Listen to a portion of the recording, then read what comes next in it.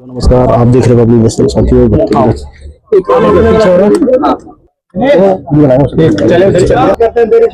सभी बच्चे आ गए भाई।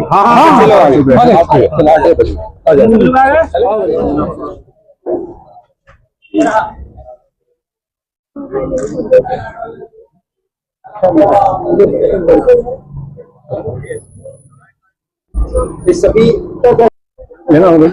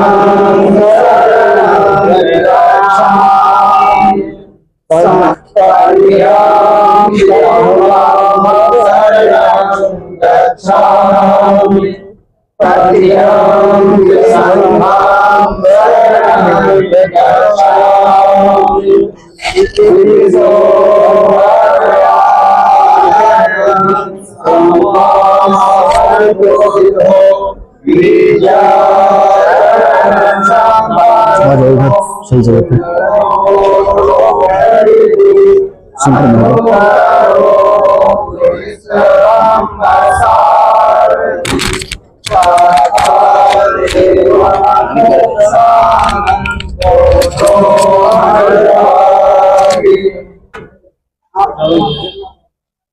चढ़ो मेरे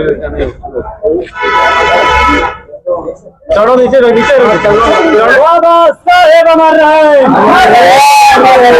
भगवान बुद्ध की करुणा हो, भगवान बुद्ध की करुणा हो। पंचा जी आप संघर्ष करो।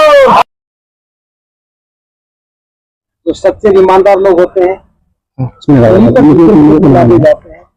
जो चालाक होते हैं, सौदेबाज होते हैं, प्रशासन के साथ रहते हैं।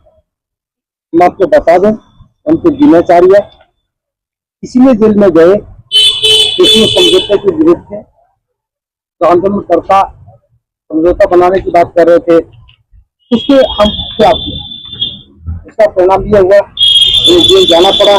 और जब भी जेल गए उसके अगले दिन ही करना खत्म हो गया। आज 67 दिन के बाद आप निकल करके आए हैं, जमानत पर आए हैं। मैं आप लोगों का बहुत बहुत साधुवाद ज्ञापित करता हूँ, और उन लोगों का भी जो लगातार 67 दिनों से बोध गया में रह करके देश की पैरवी की, दिन रात काम किया। आप समझ सकते हैं जेल में रहना बहुत बुरा होता है। उसके बावजूद भी जो बाहर में रहे हैं उनके लिए भी बहुत अच्छा नहीं होता। वो सब अनुभव उससे गुजरा है। और सबसे अच्छी बात यह है, आप लोग इस क्षण साथ खड़े हैं। ज्ञान की धरती है ये, और इस धरती पे हम जिस उद्देश्य से आए, महाबोधि महाविहार, इस पर बुद्धिस्टों का नियंत्रण नहीं है। वो आजाद भारत में आज भी अपने धर्म स्थल को अपना कहने का हक नहीं पाए। वो हक मिले, उसकी लड़ाई को बोध गया में पूरे देश में एक साथ मिलकर, देश के सभी बहुजन समाज के लोगों ने साथ मिलकर आंदोलन में हिस्सा लिया, भाग लिया। और जैसे ही धीरे धीरे हमारा आंदोलन सफलता की ओर बढ़ता जा रहा था, तो अक्सर जो स्वार्थी लोग आंदोलन को खत्म करने के लिए किसी भी समझौते तक जा सकते हैं, और कुछ लोग इस मंशा में लगे हुए थे। और उनको लगा कि इस मंशा को उनकी पूरा न होने में कुछ बाधा है। वो बाधा बनते कौन श्री राहुल गुणाचार्य है, बहुजन समाज के जिम्मेदार लोग हैं, जिन्होंने कसमें खाई थी, संकल्प लिया था कि हम इस आंदोलन को पिछले की भांति इस बार ना तो खत्म होने देंगे, ना बिकने देंगे और ना पीछे हम हटेंगे। तो इस इरादे से, इस उम्मीद से आगे चलने से बढ़ रहे थे।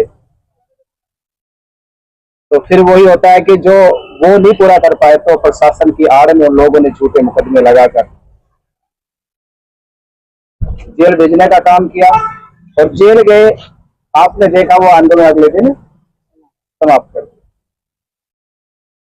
तो ये तो मंशा साफ हो गई कि आंदोलन वो लोग नहीं चलाए। जेल जाने के बाद 67 दिन आज हम जेल में काटने के बाद आपके बीच मौजूद है। पर जेल में जाने के बहुत अच्छा अनुभव मिला यार। तो सबसे बड़ा अनुभव ये है कि अगर मैं जेल नहीं आता तो शायद जो यहाँ के प्रशासन द्वारा और यहाँ के उन जिनसे हम लोग लड़ते आ रहे हैं सामंतवादी सोच तो जो पोषक बने हुए पोषण देते हैं, उनसे सताए हुए लोग जो जेल में सैकड़ों की संख्या में बंद है, उनसे मिलने के बाद उनके अंदर जो हिम्मत पैदा हुई,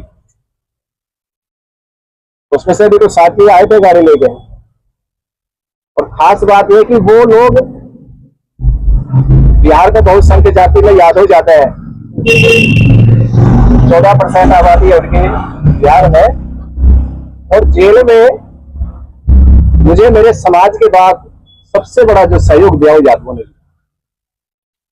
इतना बड़ा सहयोग दिया वो देखिए अपने लड़के भेजे कि रिसीव करने चलिए बंटी जी को जेल तक छोड़ने आए और वादा किया मुझसे एक का आदमी कैसे निकलेगा आपके आंदोलन के साथ खड़ा रहेगा जब तक महाबोधि महाविहार हम।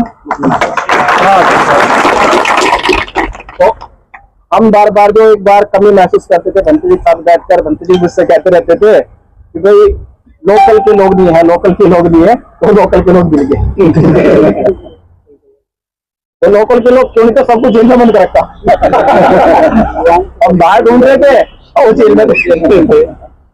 तो संयोग बना कि हम बाहर ढूंढ रहे थे, अंदर जाके मिल गए। हम तो बाहर आ गए हम। तो ये आंदोलन हम जीतने की जिस उम्मीद से आए थे वो उम्मीद बरकरार है और जीत के ही जाएंगे।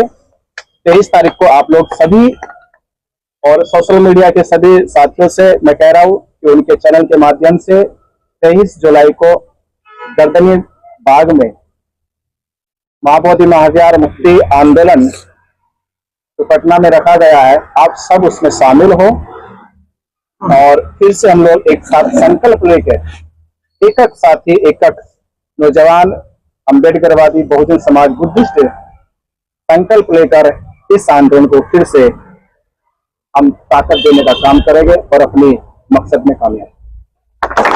और आखिरी बात कहूंगा, 67 दिन जेल में रहने के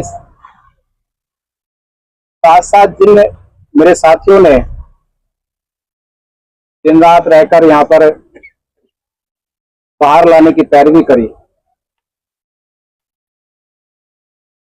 उनका तहे दिल से मैं बहुत बहुत साधुवाद शुक्रिया करता हूँ कि मैं आज उनकी पैरवी की बदौलत बाहर खड़ा हूँ और इस आंदोलन को फिर मजबूत करने के लिए हम एक साथ निकल गए।